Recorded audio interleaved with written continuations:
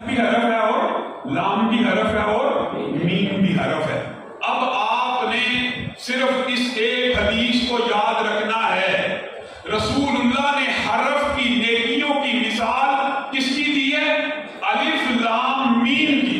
اٹھائیے حدیث کی کتابیں، اٹھائیے تفسیر کی کتابیں، پوچھئے مفتیان سے، پوچھئے علماء سے، دنیا کا کون سا عالم ایسا ہے، دنیا کی کون سی تفسیر ایسی ہے جہاں پہ الف لام میم کا ترجمہ موجود ہو.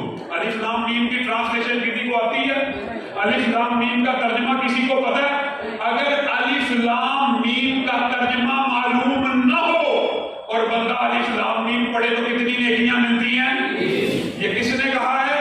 رسول اللہ صلی اللہ علیہ وسلم نے. الف لام میم پڑھنے سے کتنی نیکیاں ملتی ہیں؟ 30 نیکیاں ملتی ہیں. اور ترجمہ کسی کو آتا ہے؟ نہیں آتا. تو بغیر ترجمہ پڑھنے سے بھی الف لام میم سے 30 نیکیاں ملتی ہیں. یہ بدبخت کہتا ہے کہ بغیر ترجمہ پڑھنے سے ایسے ہے جیسے فرینچ میں گالیاں نکالتے. یہ آپ کو مغالطہ کرتا ہوا، یہ گمراہ فکر کے لوگوں نے ہے اس کی مغالطے اور حفظ ہی کے بارے میں کہ چھڑے حافظ کی کوئی فضیلت نہیں ہے. یہ بھی اس کا سنہری کوڈ ہے کہ چھڑے حافظ کی یعنی ایسا حافظ جو ترجمہ نہیں جانتا اس کی کوئی فضیلت نہیں. معاذ اللہ. یہ بھی حدیث کے خلاف ہے کہ قرآن پاک کو اچھے انداز سے صرف پڑھنا. ہاں جہاں تک بات درست ہوگی کہ یہ کتاب صرف کتاب ثواب ہے، صرف کتاب ثواب ہے، ہم کہیں گے نہیں، صرف کتاب ثواب نہیں ہے، یہ کتاب ہدایت بھی ہے، یہ کتاب شفا بھی ہے. یہ جہاں تک بات درست ہے وہاں تک مانتے ہیں کہ قرآن پاک کو سمجھنا بھی چاہیے. لیکن اگر کوئی بغیر سمجھے حفظ کر لیتا ہے تو کیا اس کا اجر و ثواب نہیں ہے؟ اس کا بھی اجر و ثواب ہے. اس کے والدین کو بھی کل قیامت کے دن ایسا تاج پہنایا جائے گا کہ جس کی روشنی کے سامنے سورج کی روشنی مانگ پڑ جائے گی. اور اس حافظ قرآن کو بھی کہا جائے گا پڑھتا جا اور چڑھتا جا. ترجمے کی شرط یہاں پہ نہیں ہے. تیری آخری منزل ناس کی سین کے اوپر حقل ہوگی. اور جو بندے نے جتنا جتنا پڑھا ہے، کسی کو ایک صورت آتی ہے، کسی کو 2 صورتیں آتی ہیں، کسی کو 3 صورتیں آتی ہیں، ہر ایک کو یہ کہا جائے گا کہ پڑھتا جا اور چڑھتا جا. جتنی آیات کو پڑھتا جائے گا تیرے اتنے درجات بلند ہوتے چلے جائیں گے. لیکن یہ بات بھی سمجھنے کی ضرورت ہے. آج معاشرے میں ایک اور طبقہ فکر بھی پیدا ہو گیا جی قرآن پاک کتاب ثواب نہیں، قرآن پاک کتاب ثواب ہے. آج کے بعد کبھی ایسا کوئی فلسفہ اور مغالطہ آپ کے ذہن میں ڈالے اس کو رد کیجیے. اور پھر کچھ لوگ اٹھتے ہیں جن کے سامنے قرآن پاک کے معجزات رکھے جاتے ہیں. وَنُنَزِّلُ مِنَ الْقُرْآنِ مَا هُوَ شِفَاءٌ. اللہ تعالیٰ نے قرآن پاک میں شفا بھی نازل کی ہے. اور قرآن پاک کی کوئی بھی آیت کوئی آپ کو بتلائے کہ یہ آیت پڑھ لیجیے اس بیماری سے شفا مل جائے گی، اور شفا مل جاتی ہے. کیوں؟ اللہ رب العزت نے ارشاد فرمایا ہے وَلَوْ أَنَّ قُرْآنًا سُيِّرَتْ بِهِ الْجِبَالُ أَوْ قُطِّعَتْ بِهِ الْأَرْضُ أَوْ كُلِّمَ بِهِ الْمَوْتَىٰ. اس سے بڑی قرآن پاک کی حقانیت کی اور قرآن پاک کی طاقت کی اور اثر پذیری کی کون سی آیت ہو سکتی ہے؟ وَلَوْ أَنَّ قُرْآنًا سُيِّرَتْ بِهِ الْجِبَالُ. اگر دنیا میں کوئی کلام ایسا ہے کہ پہاڑ چل پڑے، زمین پھٹ جائے، مردے زندہ ہو جائیں، مردے زندہ ہو جائیں، تو وہ صرف قرآن پاک ہے، وہ صرف قرآن پاک ہے. ہاں یہ کتاب شفا بھی ہے. اور لوگ انکار کر دیتے ہیں یہ جی دم کی انہوں نے لوگوں نے اس کو کتاب بنا لیا. ٹھیک ہے وہ اینگل درست ہے، اس اینگل کی طرف آتے ہیں. لیکن یہ سرے سے انکار کر دینا اتنی دفعہ پڑھنے سے شفا نہیں ملتی، اتنی دفعہ پڑھنے سے ایسا نہیں ہوتا، یہ فلسفہ بھی باطل ہے اور یہ فلسفہ بھی رد ہے اور یہ فلسفہ بھی مردود ہے. میں اس حوالے سے ماضی کے واقعات آپ کے سامنے علماء رکھتے آئے ہیں. ایک صحابی بھی قرآن پاک پڑھے تھے تو اس کی اثر پذیری ایسی تھی کہ آسمان سے فرشتوں کا نزول ہوا، گھوڑا ہلنا شروع ہو گیا. یہ سارا واقعہ آپ کے ذہن میں ہوگا.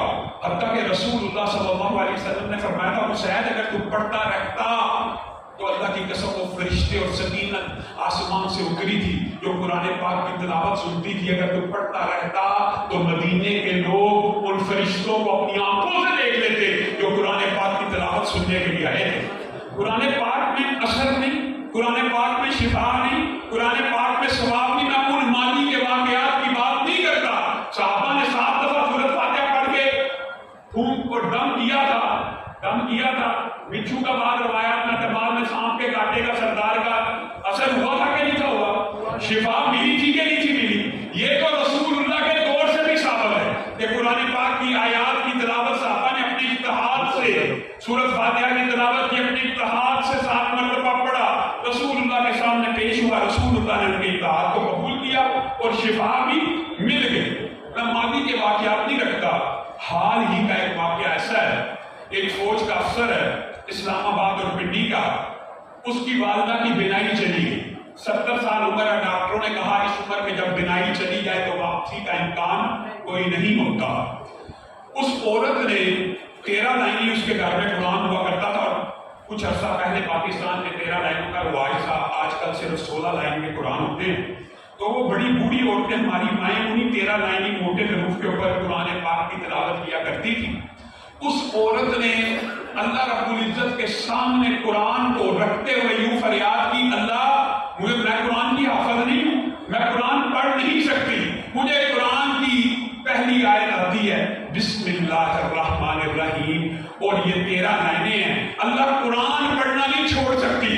اللہ آنکھیں چلی گئی ہیں تو کیا ہوا؟ میں انگلی پھیرتی جاؤں گی، بسم اللہ الرحمن الرحیم، بسم اللہ الرحمن الرحیم، بسم اللہ الرحمن الرحیم. 13 دفعہ پڑھوں گی، 1 صفحہ ہو جائے گا، صفحہ مکمل ہوگا. پھر 13 دفعہ پڑھوں گی، پھر 13 دفعہ پڑھوں گی. اس کے بیٹے نے خود یہ واقعہ بیان کیا کہ میری والدہ 3ری مرتبہ جب قرآن پاک کو ختم کرنے والی تھی، اللہ رب العزت نے بینائی کو واپس لوٹا دیا. یہ ماضی کا واقعہ نہیں ہے، حال کا واقعہ ہے. ماں بیٹا آج بھی زندہ موجود ہے. تو یہ کہہ دینا کہ قرآن پاک میں شفا ہی نہیں ہے، صرف بسم اللہ الرحمن الرحیم توکل اور اعتقاد سے پڑھی گئی، اس عورت کی بینائی اللہ نے واپس لوٹا دی. ہاں، جہاں تک بات ہے کہ کیا قرآن پاک صرف شفا کی کتاب ہے، صرف دم کی کتاب ہے، اور بات آئی ہے دم کی، تو یہ بات بھی سن لیجیے. بہت سے ساتھی اس بارے میں بھی اشکالات کا شکار ہوتے ہیں. یہ جو علماء عدد بتاتے ہیں، یہ قرآن و سنت سے کہاں سے ثابت ہے، یہ قرآن پاک کا دم کہاں سے ثابت ہے؟ قرآن پاک کا دم صحابہ سے ثابت ہے. اور جہاں تک عدد کا تعلق ہے تو ہمارے لیے رہنما صحیح مسلم کی ایک حدیث ہے. وہ حدیث کیا ہے؟ وہ حدیث واضح ہے، ہر وہ رقیہ شریعہ، ہر وہ دم کرنا جائز ہے جس میں شرک نہ ہو. رسول اللہ کے سامنے غیر قرآن کے دم پیش کیے جاتے تھے، غیر قرآن کے، تو رسول اللہ صلی اللہ علیہ وسلم اس میں شرک نہ ہوتا تو کرنے کی اجازت دیتے تھے. تو عدد کا تعین کرنا یہ کون سا شرک ہے؟ اگر ایک ڈاکٹر کہتا ہے 2 پیناڈول کھاؤ، 2 ڈسپرین کھاؤ، 2 پیراسیٹامول کھاؤ تو آپ کو شفا مل جائے گی، تو علماء اپنے تجربے اور مشاہدے سے اگر یہ بات کہیں، آپ 10 مرتبہ یہ پڑھیں گے تو انشاءاللہ آپ کو شفا مل جائے گی. آج کے بعد اپنے دماغ سے اس اشکال اور اس مطلبے کو بھی نکال لیجئے کہ یہ قطعاً اس میں کسی بھی قسم کا کوئی حرج نہیں ہے. اور دوسری بات، یہ اشکال بھی اب ڈالا جاتا ہے. ہم نے اللہ کے فضل و کرم سے علماء نے ابلاغ کیا، علماء نے تبلیغ کی، لوگوں کو شرک و بدعت سے بچایا، شرک و بدعت کے افعال اور اعمال سے بچایا، اور اس کی جگہ قرآن پاک کا دم لوگوں کو دیا اور کہا قرآن پاک سے علاج کیا جائے. تو ان کے اوپر بھی اب وسوسے ڈالے جاتے ہیں، یہ جی پانی میں پھونک مارنا جائز نہیں ہے، تو یہ جو دم کرتے ہیں یہ کیسے ہوتا ہے؟ یہ بات بھی یاد رکھیے گا، دم کرنا بھی ماں عائشہ سے اور صحابہ سے ثابت ہے. اور پانی کے اوپر تھتکارنا، اس کے اوپر تو اجماع ہے کہ تھتکارنے میں کسی بھی قسم کا کوئی حرج نہیں ہے. میدے کی بھوک نہ ہو، صرف زبان کا جو لعاب ہو جس کو ہم کہتے ہیں تھتکارنا، ایسے کرنا یہ تو 100% اجماعی جائز ہے. اور جہاں تک پھونک مار کے دم کرنا ہے، اس میں بھی کسی قسم کا حرج نہیں ہے، کیونکہ اس کے اندر بھی شرک نہیں پایا جاتا. لیکن یہاں پہ ایک بات سمجھنے کی ضرورت ہے. جب ہم یہ ابلاغ کرتے قرآن پاک میں شفا ہے، جب ہم بھی یہ ابلاغ کرتے شہد میں شفا ہے، کلونجی میں شفا ہے، زیتون میں شفا ہے، یہ باتیں جب علماء لوگوں کو شرک و بدعات کے جو گڑھ ہیں ان سے بچانے کے لیے صحیح طریقہ علاج شرعی روحانی بتاتے ہیں، تو اس کے اندر آپ نے خود غور کرنا ہے. یہ لوگوں کا عجیب کنسپٹ. آپ ایک مثال سے بات کو سمجھ جائیں گے. آپ ایمانداری سے بتلائیے آب زمزم میں شفا ہے؟ اگر کوئی بندہ آب زمزم کو اپنے گلے سے لٹکا کر پھرنا شروع کر دے اور آب زمزم کو بازو کے اوپر باندھ کے پھرنا شروع کر دے تو آپ اس کو کیا کہیں گے؟ اس کو کہیں گے آب زمزم میں شفا ہے، لیکن اللہ کے بندے پیے گا تو شفا ملے گی، باندھنے سے نہیں ملے گی، لٹکانے سے نہیں ملے گی. اور اسی طرح اگر شہد میں شفا ہے تو بندہ شہد کی کوئی ٹیوب بنا کر شیشی بنا کر اپنے بازو پہ لٹکا لے اور گردن میں لٹکا لے اور پاؤں پہ باندھ لے تو شفا مل جائے گی. کیسے ملے گی؟ شہد کے پینے سے ملے گی. تو اللہ کے بندو قرآن چاہے تعویذ جی تعویذ کس چیز کا؟ اب آج کل یہ باتیں چلتی ہیں معاشرے میں. میں جاتا ہوں الیکٹرانک میڈیا پہ، وہاں پہ بڑے بڑے بے ایمان قسم کے عامل جو رنگے ہاتھوں کئی مرتبہ ہم نے ان کو پکڑا. یہ بھی آپ کو کیا اعتراض ہے؟ ہم تعویذ دیتے ہیں کس کا؟ قرآن پاک کا. اور بھائی قرآن پاک کا تعویذ آپ دیتے ہیں، کرنا کیا؟ لٹکانا ہے. کرنا کیا؟ الماری میں رکھنا ہے. کرنا کیا؟ سرانے کے نیچے رکھنا ہے. کرنا کیا؟ وہ چادر کے نیچے رکھ دینا ہے. کرنا کیا؟ وہ ٹانگ پہ باندھ دینا ہے. کرنا کیا جی؟ وہ پیٹ میں باندھ دینا ہے. اب آپ نے ذرا غور کرنا ہے کہ قرآن پاک کی ایک آیت کا تعویذ پیر لکھ کے دے رہا ہے، یہ عامل لکھ کے دے رہا ہے، اور آپ کو علماء کے ابلاغ کی وجہ سے اب مجبور ہو گیا اللہ کے فضل و کرم سے. اب وہ لوگوں کو یہ کہتے ہیں ہم قرآن ہی کا لکھتے ہیں. پہلے جو چکر تھے کہ لوگوں کو اتنی اویئرنیس آ گئی، اللہ کا شکر ہے، اور اس میں علماء کا ایک بہت بڑا کردار ہے. اور اللہ کے فضل و کرم سے میاں چچو کے اندر دو عبدالستار جن کی محنتیں ہیں اس علاقے کے اندر، جس کی وجہ سے لوگوں نے شرک و بدعت کو چھوڑا، اور مفتی جماعت مفتی عبدالستار حماد حافظہ اللہ تعالیٰ ان کو صحت کاملہ عاجلہ نصیب فرمائے، اور آفت عبدالستار صاحب کو بھی صحت کاملہ عاجلہ نصیب فرمائے. اس طرح کے علماء کی ابلاغ کی وجہ سے یہ لوگ اب آپ کو بہتر ڈالتے ہیں قرآنی تعویذ ہے. اچھا کرنا کیا ہے؟ پیر صاحب نے دیا گھر الماری میں رکھو گے، قرآن کی آیت کا تعویذ ہے تو گھر میں برکتوں کا نزول شروع ہو جائے گا. اب بندہ بھی ایسا بے وقوف ہوتا ہے، وہ پیر سے لکھا ہوا تعویذ لے کے آتا ہے، الماری کھولتا ہے، سامنے 10 قرآن پڑے ہوئے. 10 قرآن الماریوں کے اندر مسلمانوں کے گھر میں. کوئی مسلمان گھر ایسا نہیں جس گھر میں 5-10 قرآن کی نوٹ نہ ہو، اور پورے کے پورے قرآن پڑے ہوئے، برکت نازل نہیں ہو رہی. پیر نے ایک آیت لکھنی ہے اور وہ آیت تم نے رکھنی ہے تو برکت نازل ہو جانی ہے. یہ کہاں کا فلسفہ ہے؟ یہ کیسا عقل کے اوپر پڑتا ہے؟ اور بھائی اگر 10 نہیں 1000 قرآن بھی رکھ لے گا، برکت نازل نہیں ہوگی جب تک پڑھے گا نہیں، جب تک پڑھے گا نہیں. تو بنیادی طور کے اوپر قرآن پاک کو جب تک پڑھا نہ جائے اس وقت تک شفا بھی نہیں ملتی. قرآن پاک بھی لٹکانے کے لیے نہیں آیا، اور قرآن پاک بھی صرف یہ بات بھی سمجھنے کی ضرورت ہے، قرآن پاک کتاب ہدایت ہے، اور ہدایت کس کے لیے؟ ہدی للناس ہے، ہدی للمتقین بھی ہے، یہ بات مانتے ہیں، لیکن قرآن پاک ہدی للناس بھی ہے. اب آپ کو اگر کوئی یہ فلسفہ بھی کہے نا، یہ بھی غلط ہے کہ قرآن پاک کو سمجھنے کے لیے ایک بات یہ کہ ہمارے معاشرے میں قرآن پاک کو سمجھنے کی لوگ کوشش کرتے ہیں اور سمجھنے سے دور بھاگتے ہیں، اور اگر کوئی سمجھنے کی کوشش شروع کر دے تو اس کو کہا جاتا ہے قرآن پاک کو سمجھنے کے لیے 14 علوم کی ضرورت ہے. اس کے بغیر اگر تم نے قرآن پاک کو سمجھنے کی کوشش کی معاذ اللہ گمراہ ہو جائے گا. یہ بھی بہت بڑا مبالغہ ہے اور یہ بھی بہت بڑا وسوسہ ہے. اس کا بھی آپ نے ہمیشہ کے لیے رد اپنے ذہن میں رکھنا ہے. اور بڑی عام فہم بات ہے، اگر کوئی بندہ قرآن پاک کا ترجمہ کرنا چاہتا ہے ادھر، اس کو تو 14 علوم حاصل کرنے چاہیے، صرف بھی آنی چاہیے، نحو بھی آنی چاہیے، تفسیر بھی آنی چاہیے، حدیث بھی آنا چاہیے، لغت بھی آنی چاہیے، اس کو آنے چاہیے. لیکن اگر ایک بندے نے صرف قرآن پاک کا ترجمہ پڑھنا ہے تو اس کو کیا آنا چاہیے؟ اس کو صرف اردو زبان آنی چاہیے. اگر اس کو اردو زبان سمجھ آتی ہے تو کیا ہوا ترجمہ وہ سمجھ سکتا ہے. تو یہ معالجہ، یہ وسوسہ کہ قرآن پاک کو براہ راست نہ سمجھنا، براہ راست سمجھو گے تو گمراہ ہو جاؤ گے، یہ فلسفہ، یہ عقیدہ بھی غلط ہے. قرآن پاک کا ترجمہ اب کرنے کے لیے تو 14 علوم کی ضرورت ہو سکتی ہے.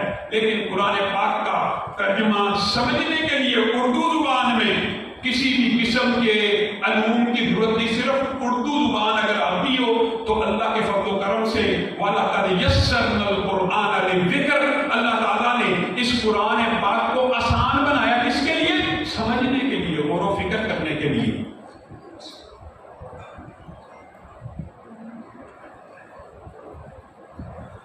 تو میں یہ سمجھتا ہوں کہ یہ بچے جنہوں نے آج قرآن پاک حفظ کیا، انشاءاللہ اگر قرآن پاک کو سمجھیں گے تو اللہ کے فضل و کرم سے بہت بڑے علماء میں ان کا شمار ہوگا۔ اللہ تعالیٰ اس مدرسے کو اور ان بچوں کو، اس مدرسے کو اللہ کی قیامت کی دیواروں کا کباب رکھے اور ان بچوں کو اپنے والدین کے لیے صدقہ جاریہ بنائے، ان کی آنکھوں کی ٹھنڈک بنائے اور انہیں عالم با عمل بنائے۔ اور یہ دیکھیں، ایک قرآن پاک کی حفاظت کے اعتبار سے اگر دیکھا جائے تو ان بچوں کا مقام و مرتبہ اللہ رب العزت نے کلام حمید میں بھی بیان فرما دیا۔ قرآنی کتابیں، ان کی جو حفاظت تھی اس کی ذمہ داری کس کی تھی؟ علماء کی، اور ان کے ذمہ یہ لگایا جاتا تھا، اور کبھی ان کتابوں کو لکڑی کے اوپر لکھا جاتا تھا، کبھی سنگ مرمر کی سلوں کے اوپر لکھا جاتا تھا، کبھی چمڑے کی کھالوں کے اوپر لکھا جاتا تھا۔ لیکن اللہ رب العزت نے جب اس کلام حمید کی باری آئی تو کیا کہا؟ اس کی حفاظت کی ذمہ داری کس کی ہے؟ اللہ رب العزت کی، اور حفاظت کا جو طریقہ بیان کیا وہ عظیم ہے۔ بل ہوا آیات بینات فی صدور الذین اوتوا العلم، یہ ہے ان بچوں کی فضیلت، یہ آیات ہوں گی قیامت تک کے لیے زندہ دھڑکتے ہوئے دلوں کے اوپر نقش، جب تک ایک ہی حافظ زمین کی پشت کے اوپر رہے گا قیامت بھی قائم نہیں ہو سکتی۔ یہ بچوں کی فضیلت ہے۔ بل ہوا آیات بینات فی صدور الذین اوتوا العلم، اس قرآن پاک کی حفاظت زندہ دل کریں گے، دھڑکتے ہوئے دل کریں گے، کاغذ نہیں کرے گا، لکڑی نہیں کرے گی، چمڑا نہیں کرے گا، سنگ مرمر نہیں کرے گا۔ اور قرآن پاک کا ایک حق یہ بھی ہے کہ اس کو سمجھا جائے، لیکن قرآن پاک کا سب سے بڑا حق کیا ہے؟ ہم نے تلاوت بھی سمجھ لی کہ پڑھنا بھی ثواب ہے، شفا کے لیے بھی ثواب ہے، رب کے لیے بھی ثواب ہے، اس کو سمجھنا بھی چاہیے، لیکن اس کا ایک بہت بڑا حق ہے جس سے ہم غافل ہیں، اور وہ کیا ہے؟ هو الذی ارسل رسولہ بالہدی ودین الحق لیظہرہ علی الدین کلہ۔ اس کا ایک حق یہ بھی ہے کہ یہ کتاب دستور بھی ہے، یہ کتاب ہدایت بھی ہے، یہ کتاب منشور بھی ہے۔ میں نے اور آپ نے قرآن پاک کو کتاب ثواب بھی سمجھ لیا، کتاب شفا بھی سمجھ لیا، کتاب ہدایت بھی سمجھ لیا، لیکن میں اور آپ سمجھدار ہو کے بھی اس کتاب کو کتاب دستور نہ سمجھ سکے، کتاب منشور نہ سمجھ سکے۔ والذی ارسل رسولہ بالہدی، اللہ تعالیٰ نے رسول اللہ کو کس لیے بھیجا تھا؟ تمام ادیان کے اوپر غالب آنے کے لیے، یہ دین باقی ادیان کے اوپر غالب آنے کے لیے ہے، اور غلبہ دین کی جدوجہد مفقود ہے۔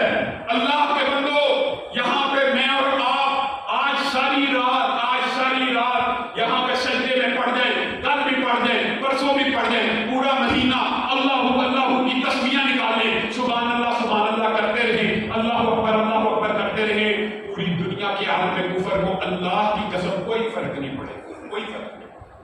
لیکن آپ میں سے چند ایک لوگ، صرف چند ایک، یہ پورے کا پورا عظیم الشان مجمع نہیں، چند ایک لوگ اگر اس بات کے اوپر آمادہ و تیار ہو جائیں کہ یہ جو کتاب ہے یہ کتاب ہدایت کے علاوہ کتاب دستور بھی ہے، اس کو نافذ بھی کیا جائے، اس کو معاشرے کے اوپر لاگو بھی کیا جائے، اقامت دین کے لیے کھڑے ہو جائیں کہ رسول اللہ کا دین صرف مسجد کے لیے نہیں آیا، رسول اللہ کا دین کیا صرف ممبر کے لیے آیا؟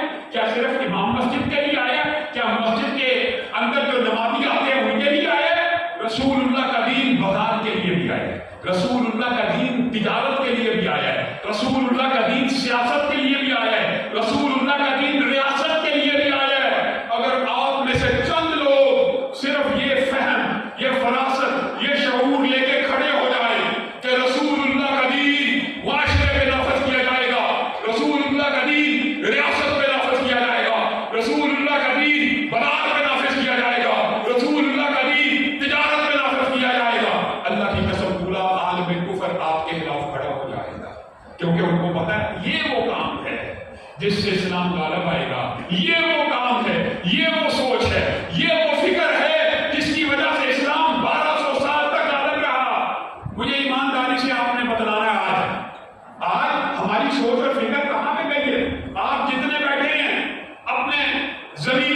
پوچھیے، اپنے ذہنوں کو ٹٹولیے. آج آپ جتنے بیٹھے ہیں، ابھی آپ سے میں اگر پوچھوں ایمانداری سے سوچنا، آپ میں سے کتنے ایسے ہیں جنہوں نے نواز شریف کو ووٹ دیا؟ آدھے ایسے ہوں گے جنہوں نے نواز شریف کو دیا. اور کتنے ایسے ہیں جنہوں نے عمران خان کو ووٹ دیا؟ آدھے ایسے ہوں گے جنہوں نے عمران خان کو ووٹ دیا. ہو سکتا ہے چند لوگ ایسے بھی ہوں جنہوں نے جماعت اسلامی کو ووٹ دیا ہو یا کسی اور عوامی اقدار یا پارٹی کو ووٹ دیا. آپ کس کے بندے ہیں؟ جی میں پی ٹی آئی کا بندہ ہوں. آپ کس پارٹی کے بندے ہیں؟ میں نون لیگ کا بندہ ہوں. آپ کس پارٹی کے بندے ہیں؟ میں بھی جماعت اسلامی کا بندہ ہوں. میں بھی فلاں پارٹی کا بندہ ہوں. میں بھی فلاں پارٹی کا بندہ ہوں. اللہ کے بندے کہاں ہیں؟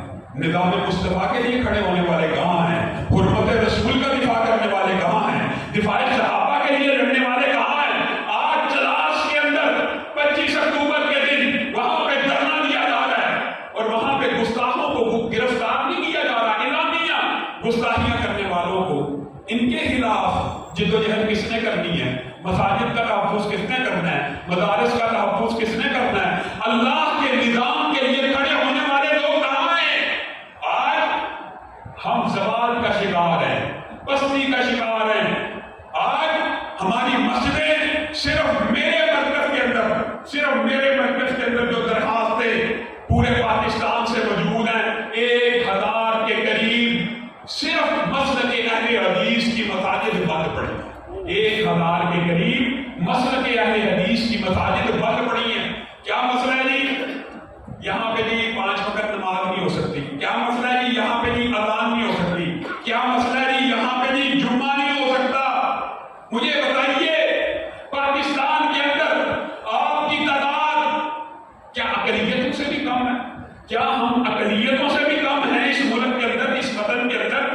کیا ہم اتنے کمزور ہیں کہ اگر عیسائی عبادت خانے کے اوپر حملہ ہو جائے ہم نے بھی اس کی مذمت کی ہے؟ جگہ والا واقعہ کی ہم نے بھی مذمت کی ہے. عیسائی عبادت خانوں کے اوپر حملہ ہو تو ان کو تو بحال کرا دیا جائے، لیکن اہل حدیث مسجدیں 10-10 5-5 سال سے بند ہوں، ان کو کس نے کھلوانا ہے؟ ان کو کھلوانے کے لیے آپ کبھی دفتر اپنے چلے جائیں، جس کو آپ اپنا دفتر سمجھتے کبھی وہاں پہ بھی چکر لگا. آپ ان سے پوچھ لیں کہ یہاں پہ امیر محترم نماز نہیں ہوتی، نماز پڑھ کے کرنا، جمعہ نہیں ہوتا تو کہنے کیا جمعہ کراؤ؟ یہاں جی مسجد بنائی ہے، کیس ہو گیا تو کہنے کیا کہ مسجد بناؤ. اگر آپ یہ چاہتے ہیں کہ 40 سالہ دور ہمیشہ کے لیے اہل حدیث کے اوپر مسلط رہے تو آپ اسی طرح سوتے رہیے، آپ اسی غفلت کی نیند میں رہیے. لیکن اگر آپ چاہتے ہیں، اور میں یہ توقع رکھتا ہوں کہ پاکستان کا ہر غیور اہل حدیث یہ چاہتا ہے اہل حدیثوں کی مسجدیں کھلنی چاہیے کہ نہیں کھلنی چاہیے، تو پھر آپ کو جمعیت اہل حدیث کا ساتھ دینا پڑے گا. اگر آپ چاہتے ہیں کہ دفاع صحابہ کے جھنڈوں کو اٹھایا جائے تو آپ کو جمعیت اہل حدیث کا ساتھ دینا پڑے گا. اور شہید قائد کس وقت یاد آئے کہ دارالرسل کی گود کے پالے ہوئے ہیں ہم، اور سانچے میں مشکلات کی ڈھالے ہوئے ہیں ہم. وہ دولت جنوب کے زمانے سے اٹھ گئی، اس دولت جنوب کو سنبھالے ہوئے ہیں ہم. وہ اپنے والد کی طرح ان کی عظمت کے اور ان کی شان کے اور ان کے مقام کے برابر نہیں ہیں، لیکن ان کے بیٹے ہیں. جس طرح انہوں نے پاکستان کے اندر اہل حدیثوں کو جگایا اور وہ 1000 دماغوں کا ایک انسان جانے کہاں کھو گیا ہے. قلم کی عظمت اجڑ گئی ہے، زبان کا دورے بیا گیا ہے، اور کلیوں کو سینے کا لہو دے کے چلا ہے. صدیوں اسے گلشن کی فضا یاد کرے گی. آج اہل حدیثوں کو وقت آ چکا ہے جس وقت تمہارا شہید قائد تم سے یہ پکار کر ڈیمانڈ کر رہا تھا کہ اہل حدیثوں اٹھو، زمانہ تمہارے قدموں کی چاک کا منتظر ہے. اور اگر آج ان کے بیٹے تم سے یہی مطالبہ کرتے ہیں کہ اہل حدیثوں اٹھو، آندھی بن کے نکلو، طوفان بن کے چھا جاؤ، اپنے حقوق کو ہمیشہ مانتے ہی نہیں رہنا، کبھی حقوق کو چھیننا بھی پڑتا ہے. اور انشاءاللہ وہ وقت قریب آ چکا ہے. انشاءاللہ میں نوجوانوں کے ابھرتے ہوئے جذبات اور بوڑھوں کی دعاؤں اور حمیدہ قبروں والوں کی وفاؤں کو دیکھ رہا ہوں کہ جس طرح وہ جو جمعیت اہل حدیث کے کارواں میں شامل ہو رہے ہیں، وہ وقت اب قریب آ چکا ہے، اور اللہ کے ہاں مجھے امید ہے کہ پاکستان کے اندر، اور اس بات کا ہم اعلان بھی کرنا چاہتے ہیں کہ اللہ کے فضل و کرم سے پاکستان میں اہل حدیث اقلیت نہیں ہے۔ پاکستان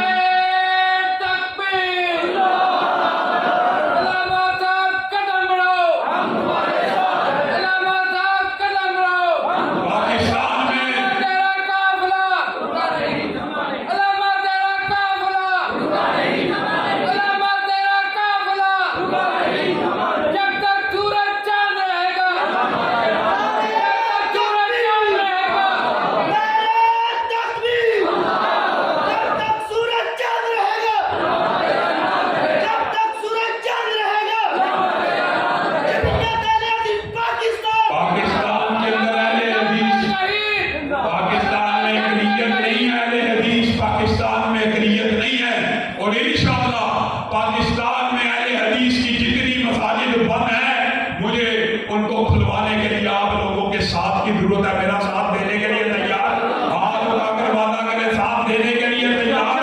انشاءاللہ اہل حدیث مسجدوں کو کھلوایا جائے گا، دفاع صحابہ کی جنگ لڑی جائے گی۔ اہل حدیث کو کیا ہو گیا؟ وہ اہل سنت کیا ہو گیا؟ تمہارے ضمیروں کو کیسے بتا جگائے کہ ایک بدبخت حیدرآباد میں اٹھے، سیدنا عمر کے پتلے کو آگ لگا دے، اور میں اور تو آرام سے سو جائیں، اور ہماری آنکھوں کے اندر نیند آ جائے، اور ہمارے ضمیر نہ جاگے، اور ہم کروٹیں نہ لیں۔ اللہ کی قسم، علامہ شہید کہا کرتے تھے کہ وہ بے ضمیر ہے کہ صحابہ کو گالی پڑے اور اس کو نیند آ جائے۔ آج پتلے جلائے جا رہے ہیں، آج صحابہ کے پتلے جلائے جا رہے ہیں، اور تو اور میں سکون کی نیند سو جائیں۔ چلاش کے علماء کے ساتھ کلی طور کے اوپر یکجہتی کا اظہار بھی کرتے ہیں، اور آپ سے بھی اہل حدیثوں، آپ سے بھی یہ وعدہ لینا چاہتا ہوں، یہ دفاع صحابہ صرف دیوبندیوں کی ڈیوٹی نہیں ہے، صرف بریلویوں کی ڈیوٹی نہیں ہے۔ دفاع صحابہ کی ڈیوٹی اگر سب سے پہلے ہے تو اللہ کی قسم اہل حدیث کے اوپر ہے۔ کیوں؟ تم ہو وہ لوگ جنہوں نے رسول اللہ کی حدیث کی حفاظت بھی کی، اور رسول اللہ کی حدیث کی حفاظت کرنے والوں کی حفاظت بھی کی ہے۔